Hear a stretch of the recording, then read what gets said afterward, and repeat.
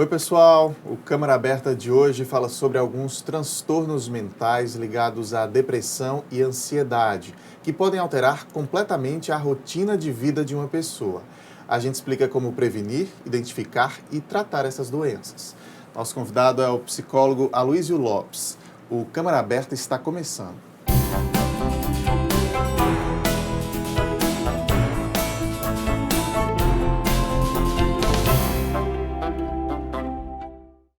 Você de casa acompanhando a nossa programação, seja muito bem-vindo ao nosso Câmara Aberta. Doutor Aloísio, também muito bom recebê-lo hoje para a gente tratar desse assunto importante. Seja bem-vindo. Muito agradecido, estamos aqui à disposição. Doutor, quando a gente fala em vários tipos de transtornos psicológicos, eles estão diretamente ligados a problemas de ansiedade ou alguma coisa que vem da depressão também? Na verdade, os transtornos eles são sintomáticos, eles são uma forma que o organismo tem, no caso, nossa estrutura mental, de começar a tentar administrar todo o drama, todas as dificuldades que muitas vezes é viver. Viver dá muito trabalho, viver tem seus desafios. Viver e conviver é sim um desafio, é um lugar de aprendizagem, de crescimento, mas também um desafio. Os transtornos eles começam a surgir no ser humano por uma questão de ordem psicológica, ou seja, nossa mente não consegue dar conta do estresse, da tensão, da frustração, das dificuldades, das angústias que vão se somando, e aí isso vai criando na estrutura mental do indivíduo um conjunto do que nós chamamos de transtorno, ou seja, sinais e sintomas que vão configurar-se mais tarde no que a gente pode chamar de uma patologia mental e, num sentido mais grave, numa doença mental. Na verdade, é uma reação que a nossa mente tem para tentar administrar, de uma forma ou de outra, aquilo que está sendo inadministrável no dia a dia, não é? Ou seja, e isso por falta do equilíbrio, do tempo, do apoio. Então, a mente vai acumulando, por exemplo, uma ansiedade muito grande e pode desenvolver uma síndrome de pânico, né? Um medo, né? Uma reação. Você muito cobrado, muito tenso, aquilo vai desenvolver em você uma crise de choro, uma crise histérica, e isso agravado vai se desenvolver em transtorno de ansiedade, transtorno do sono, transtorno de toda ordem, dependendo também muito da estrutura que o indivíduo tem e de um histórico familiar. Vamos tentar pontuar alguns. O senhor falou aí em síndrome do pânico. O que é exatamente a síndrome do pânico? Na verdade, o síndrome do pânico é uma questão muito interessante, porque é o medo que as pessoas têm de uma situação em público, de falar em público, de se colocar. Mas é de forma ilógica, é um medo ilógico do ponto de vista, assim, estar falando para alguém, de repente, não tem sentido você ter medo de apresentar um trabalho na universidade, fazer uma leitura lá no seu grupo de igreja, comunidade, porque as pessoas estão ali para lhe acolher. No entanto, do ponto de vista lógico, isso não tem sentido. Mas do ponto de vista pessoal, é uma verdade. A pessoa sente o medo e aquele medo trava, aquele medo imobiliza aquela fala, aquela atitude. Então, na verdade, a pessoa vai desenvolver esse medo, que a gente vai chamar síndrome do pânico, ou seja, se torna um pânico, um pavor, se apresentar, falar, se manifestar. Então, na verdade, é um medo ilógico do ponto de vista do contexto social, mas muito real para quem sente. E que pode surgir de onde, doutor? De que tipo de trauma, de que tipo de situação que a pessoa pode desenvolver? Vem desde uma timidez muito acentuada, então uma família de pais, de uma educação muito autoritária, uma que priva qualquer manifestação da expressão, do sentimento, não é, do diálogo. Então, uma educação muito autoritária, você tem aí, com certeza, uma tendência a desenvolver uma timidez muito grande, que é o medo de se manifestar. É o medo de dizer o que sente, o que pensa sobre os pais, sobre os familiares. Então, isso gera a timidez. Essa timidez, levada ao extremo, é o medo de ser julgado pelo outro, é o medo de ser censurado pelo outro. É o que o outro vai pensar se eu disser isso ou fizer aquilo. E isso vai se acentuando, porque a vida social vai cobrando das pessoas, no mundo do trabalho, que elas digam, que elas façam, que elas falem, que elas façam as coisas, e cada vez mais elas se sentem incapazes disso. E isso vai se acentuando até o momento em que gera o que nós chamamos assim do pânico, que é o medo mesmo, o pavor da multidão, o pavor de um grupo, o pavor de estar em determinados lugares. E aí nós chegamos ao ponto do adoecimento. É preciso, sim, de uma ajuda. É possível que a pessoa não perceba que ela está entrando nessa, digamos assim, alguém do lado possa perceber e ajudar? É possível porque a pessoa sempre vai dizer, não, mas é porque eu não consigo, eu não sei fazer isso, eu não vou conseguir fazer o que você está me pedindo. Então, há sempre um sentimento muito depreciativo das suas habilidades e qualidades. Mesmo que os outros reconheçam isso, mas a pessoa não reconhece. No entanto, é difícil para a pessoa perceber porque ela não se reconhece com essa qualidade e essa habilidade. Por isso, a ajuda é tão importante de amigos, de familiares, de pessoas próximas que alertem essa pessoa, que dê a ela um espaço em que ela possa entrar em contato com isso, falar sobre essas questões, é um bom início para o tratamento. E que sinais merecem a atenção de que essa pessoa pode estar de fato adoecendo? Na verdade, assim, no caso da síndrome do pânico, a própria manifestação, né, o pavor que as pessoas têm e começam a sentir em ter que expressar suas ideias ou se manifestar em público para as pessoas, seja no grupo de sala de aula, seja no grupo de comunidade, no grupo em que ele se sinta julgado. Então, quando chega nesse momento de travar, é o sinal de que a pessoa precisa, e é importante os telespectadores entenderem, é preciso reconhecer isso, há tratamento para isso, há uma possibilidade enorme de você superar isso. Isso não é um defeito, isso é algo que se acumulou na sua história de vida e que há, sim, possibilidade plena de ser tratado. A gente fala na palavra cura para esse e para outros transtornos psicológicos. A gente pode falar em cura ou é algo que durante toda a vida é preciso ali um tipo de acompanhamento? Na verdade, sim. Cura é algo que não volta mais. Na verdade, em psicologia, a cura como algo que não voltará mais é muito difícil. Eu acho que como na vida também. Porque essa dificuldade, ela surge por uma questão de vida, uma história de vida que se acumulou de perda, de sofrimento, de autoritarismo, que negou a ela a possibilidade de se descobrir. Quando ela supera isso, nós vamos ter outras dificuldades na vida que podem desenvolver outra sintomatologia, outro conjunto de sintomas. Mas se a pessoa reconhece isso e busca ajuda, ela certamente vai saber lidar com isso. Ela vai sentir, mas ela vai controlar aquele medo que antes era ilógico e ela vai controlar. Nesse sentido, a gente pode dizer que ela está curada, porque ela continuará sentindo, mas isso não vai levar ela ao desequilíbrio, ao não se manifestar, ao não fazer.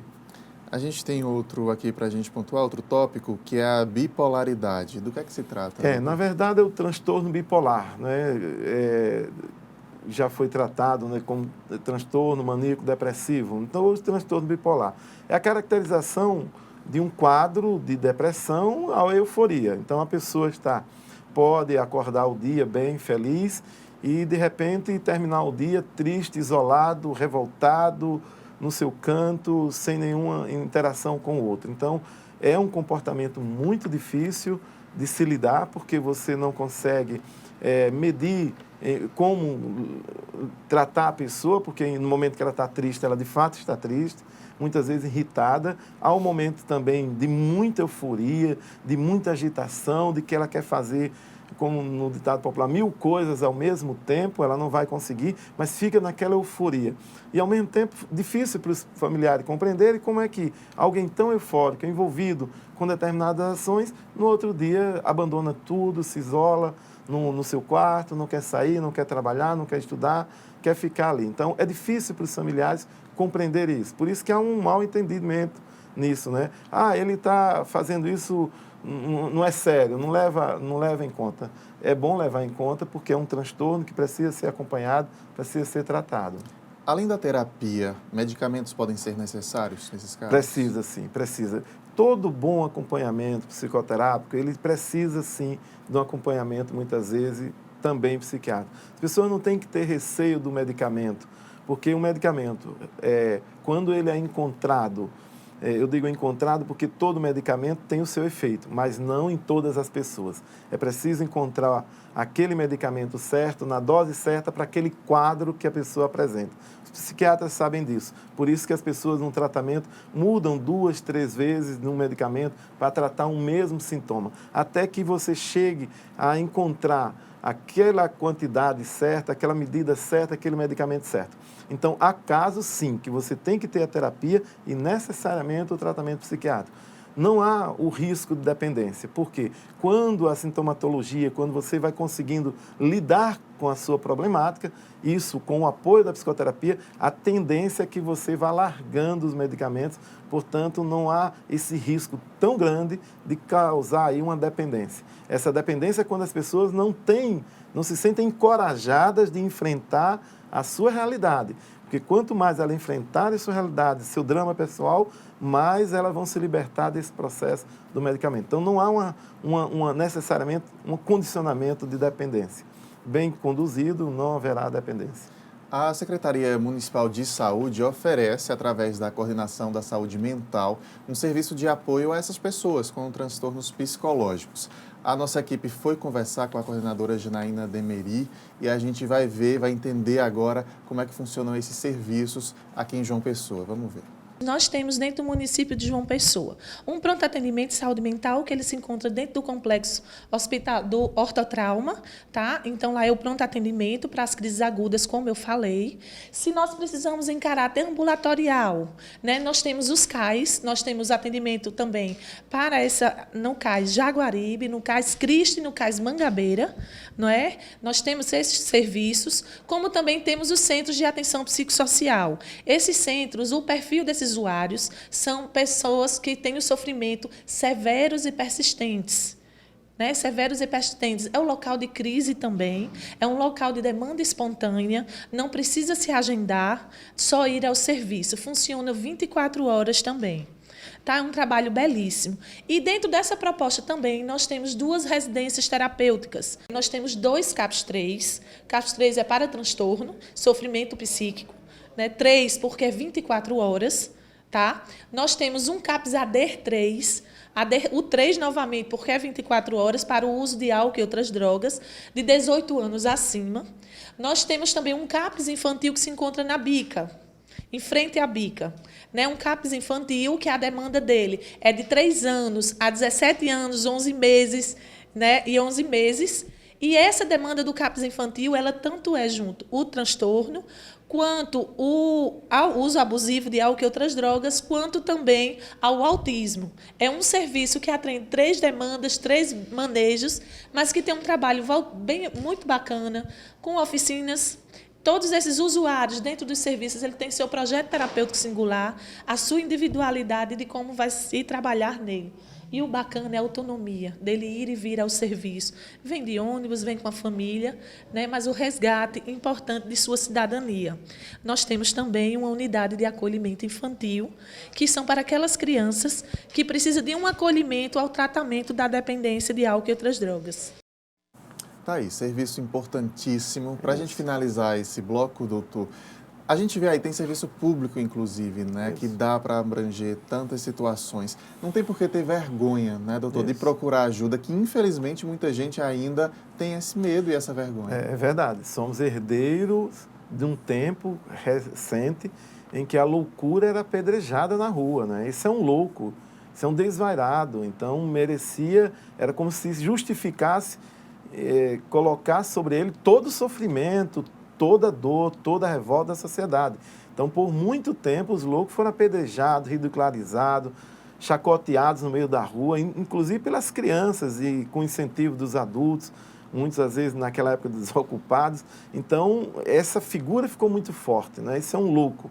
E essa expressão sempre usada para desqualificar as pessoas, desqualificar a cidadania, a fala das pessoas, a voz das pessoas. Isso é um desastre. Então, essa ideia ainda está muito forte. E procurar um serviço de saúde mental para as pessoas, eu estou louca. Portanto, eu estou louca, quer dizer, eu estou sem nenhuma qualificação, ninguém vai me dar atenção, eu não presto, eu sou uma escória, eu sou aquilo que está à margem da sociedade. É uma pena que a sociedade historicamente tenha tratado a loucura dessa forma, porque na loucura, na verdade, ela não é a vida toda, nem toda a vida, elas são momentos, por isso nós chamamos de surto. A pessoa em surto, sim, ela perde a razão, ela perde o equilíbrio. No entanto, fora do surto, ela vai interagir, viver, sentir como qualquer um de nós. E ela, em surto, ela tem todo mundo emocional, vivencial. O que ela não tem muitas vezes é a consciência do meio em que ela está, por estar num delírio, numa alucinação. Mas ela tem sentimentos, ela tem uma história, ela tem a dignidade humana que precisa ser muito e muito preservada e escutada. Recado importante aí. Vou chamar o intervalo rapidinho. Na sequência, a gente volta ainda discutindo esse assunto. Até já. A Câmara de João Pessoa criou leis que favorecem você. Vem ver? O programa de combate ao bullying está em todas as escolas municipais. A rede municipal de ensino incluiu o tema Educação no Trânsito em suas atividades. E o programa de enfrentamento à violência contra crianças e adolescentes já é realidade. A cidade é feita de pessoas para pessoas. Acesse joãomaispesoas.com.br e conheça leis criadas pela Câmara Municipal.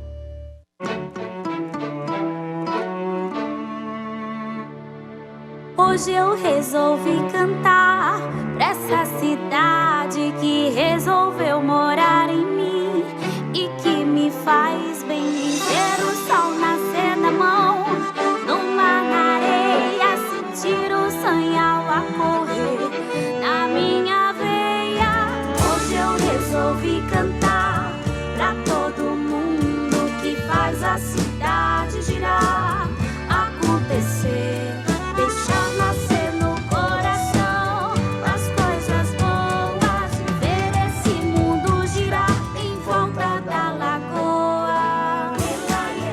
É feita de voz e a voz ressoa numa cidade feita de pessoas para as pessoas. Acesse joãomaispesoas.com.br. Câmara Municipal de João Pessoa.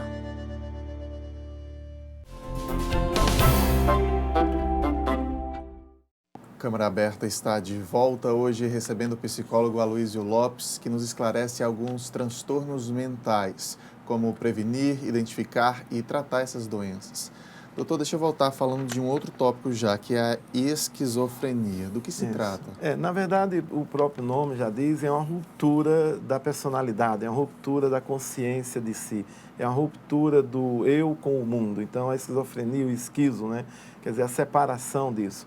E isso é um transtorno que tem suas características muito fortes, numa carga hereditária e genética, tem as suas causas, mas tem também um meio em que você pode desenvolver isso. Então, na verdade, é assim, a gente pode desenvolver as diversas doenças mentais, os transtornos mentais. O fato de desenvolver uma esquizofrenia, se não tem um componente genético, é porque ele tem um componente social, um meio social muito forte. A gente tem que entender que tem determinadas relações, tem determinadas, no mundo do trabalho, no mundo da família, que são um verdadeiro adoecimento e enlouquecimento. Há um filme muito importante e muito bom, que é o Bicho de Sete Cabeças, que mostra isso. A estrutura dos hospitais psiquiátricos, antigamente, por exemplo, ele era uma estrutura de enlouquecimento, não era uma estrutura de tratamento, mas de enlouquecimento. Então, pessoas estavam lá dentro, entravam com um transtorno leve e saíam com um transtorno gravíssimo, inclusive a esquizofrenia, a catatonia e outros. Então, na verdade, preciso compreender que a esquizofrenia é um dos transtornos que a pessoa pode desenvolver, ou por uma questão de hereditariedade, ou por um meio social de trabalho, do mundo muito estressante, muito tenso, de muita negação da sua subjetividade, das suas emoções, e aí há um rompimento da consciência. É como se a consciência quisesse sobreviver a isso, então ela cria um mundo à parte, cria um mundo da fantasia, que a gente vai chamar do delírio, da alucinação, em que ele vai para lá porque ele não suporta essa dor humana do cotidiano. E isso muitas vezes pelo isolamento, pela falta de apoio, pela falta de um espaço de liberdade. Essas situações podem ser provocadas também pelo uso de drogas? Chegar a esse ponto? Sim, é a segunda parte. Inclusive o álcool, né? O álcool pode desencadear em algumas pessoas, inclusive existe a alucinação alcoólica, quer dizer, aquele cidadão que chegou num grau tal de dependência do álcool que ele vê coisas no meio da rua. Você pode encontrar, às vezes, um bêbado falando com as coisas, ele vendo um cachorro, uma vaca, um boi, algo, é o que chamam de delírio de perseguição, né?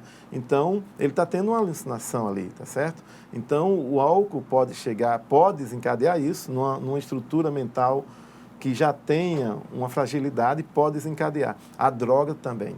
A droga, você tem drogas pesadas, como a cocaína, como o crack, que você tem delírio de perseguição, é a questão paranoica, você se sente perseguido, escuta vozes, e isso está a um passo para desenvolver um quadro esquizofrênico. Então, aí nós temos aí um risco muito grande, essa pessoa está no limiar, não é só a questão do organismo dela que está sendo prejudicado, mas a estrutura mental dela está sendo pondo em risco a todo momento. Como evitar, doutor, que qualquer tipo de transtorno desses que a gente vem falando, outros tipos de transtorno, chegue ao ponto da pessoa atentar contra a própria vida, por exemplo? Como impedir isso? Na verdade, esse é um tema importante porque pode chegar aí. Geralmente os casos de suicídios, de pessoas que atentam contra a própria vida, que não, é como se disse assim, eu não suporto mais viver. Esse sofrimento acumulou-se tanto, porque aí é o seguinte, há um acúmulo de sofrimento. Há um acúmulo de perdas, há um acúmulo de danos, de negações de liberdades, de vida, de sonhos, de frustrações, mas num grau muito intenso. Por exemplo, uma pessoa que em curto espaço de tempo perde o emprego, perde a mãe, perde um irmão e, de repente, um relacionamento. Então, são perdas, perdas, perdas. Há momento em que ela diz, não, a vida são só perdas, eu não consigo administrar isso sozinho. Então, a vida perde o sentido.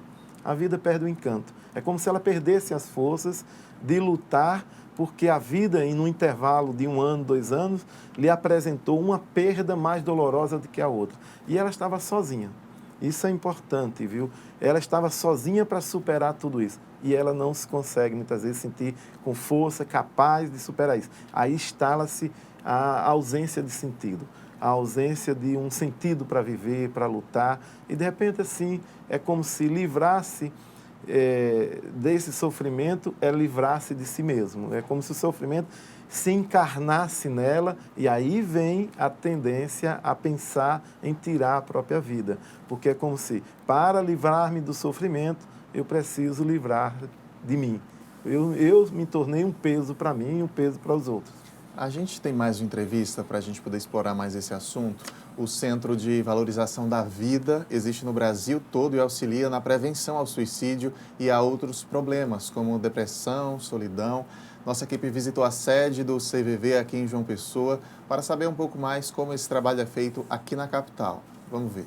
O CVV é um trabalho de apoio emocional e prevenção ao suicídio, né? Ele funciona prestando apoio emocional a todas as pessoas que procuram o CVV para desabafar. Pessoas tristes, que estão sozinhas, né? A solidão é um dos fatores que ocasiona muito essa necessidade de conversar com alguém, dividir o que está sentindo, e aqui a gente facilita, né? Aquele desabafo com uma escuta qualificada, sem aconselhar, sem interferir, sem direcionar. Deixa que a própria pessoa encontre o seu próprio caminho. Quem pode procurar o CVV é qualquer pessoa que sinta necessidade de compartilhar o seu dia a dia, né? Assim, como é que ela está se sentindo naquele momento. Se é um momento de alegria, se é um momento de tristeza, de solidão, de angústia, de saudade. Trabalham com voluntários. Quem são essas pessoas? Qualquer pessoa que sinta vontade de fazer um trabalho voluntário, que tenha 18 anos ou mais, pode procurar o CVV, se inscrever, passar por um treinamento, né, um curso de seleção e capacitação para voluntários e tornar-se voluntários, independente da profissão que ela tenha, né? Pode ser estudante, pode ser dona de casa, pode ser médico, pode ser psicólogo, qualquer especialidade. O atendimento do posto CVV João Pessoa é de 14 horas a 21 horas. Qualquer lugar onde tem posto CVV, 141 atende, né? E tem o telefone 32 24 41 11, usando o prefixo 83, e qualquer lugar que ligar também é atendido. Setembro Amarelo é um projeto que é novo no Brasil. Em 2014, né, foi que o CVV começou a trabalhar com o projeto Setembro Amarelo. Assim como tem o Outubro Rosa, né, que é relacionado ao câncer da mama.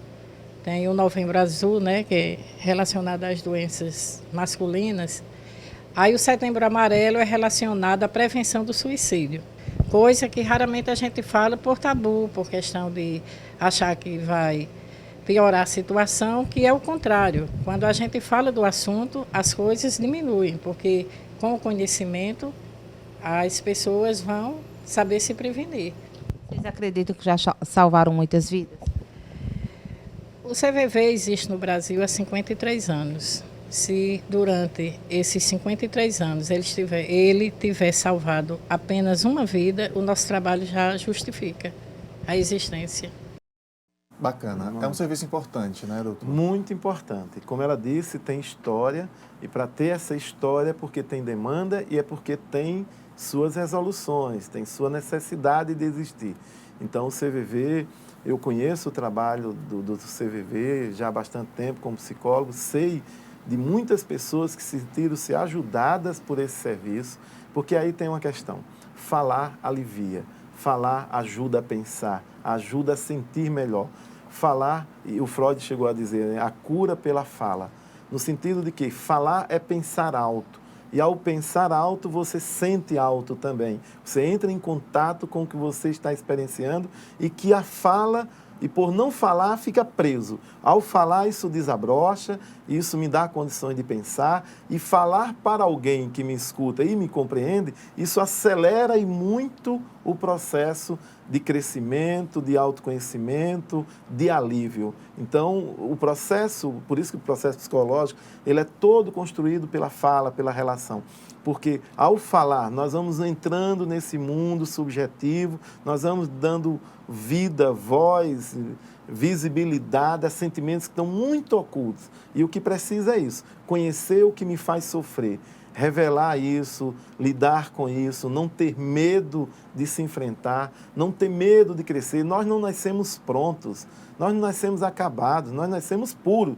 Toda criança nasce pura e ela vai se construindo na relação com os humanos. Bem ou mal, são as relações com os humanos que constroem. E somos essa história que temos. A partir daí, quando temos a consciência, a liberdade é conosco. Então, falar é muito importante. Por isso que o CVV tem um papel tão importante, por isso que a psicologia, a educação, um bom amigo, um sábio amigo que sabe ouvir, que sabe acolher e compreender o que a gente está trazendo. A solidão não é nada boa, então, para se livrar desses transtornos? Inclusive, a solidão é um dos pontos que leva a pessoa a ter a sensação de ausência de sentido e, portanto, achar que é melhor desistir de viver.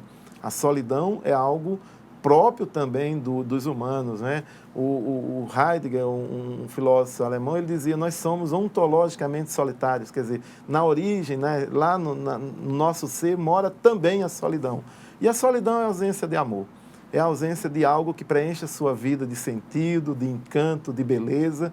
Quando isso falta, e aí vem a solidão. E o amor é esse exercício de gratuidade, de autogratificação, de entrega ao outro, de autoconhecimento, de crescer junto com o outro, de sentir-se parte do mundo, de sentir-se desenvolvendo, sentir-se estando na relação com o outro, sentir que o outro precisa de você e você precisa dele. Então, começa a sentir em nós esse sentimento, existir em nós esse sentimento de autogratificação, que é o começo de amor, é algo que vai nos preenchendo e vai dar sentido à existência. Doutor Luiz, a gente já precisa encerrar o programa. Muito obrigado por ter nos esclarecido tão bem todos esses assuntos e portas sempre abertas aqui. Muito agradecido e que bom poder ter contribuído. Muito obrigado mesmo. O Câmara Aberta de hoje termina agora, mas pela internet estamos sempre em contato com você. facebook.com/TV Câmara JP é o endereço da nossa fanpage e o nosso canal no YouTube também é TV Câmara JP. Muito obrigado pela companhia em mais esta edição do nosso Câmara Aberta e a gente se vê na próxima. Tchau!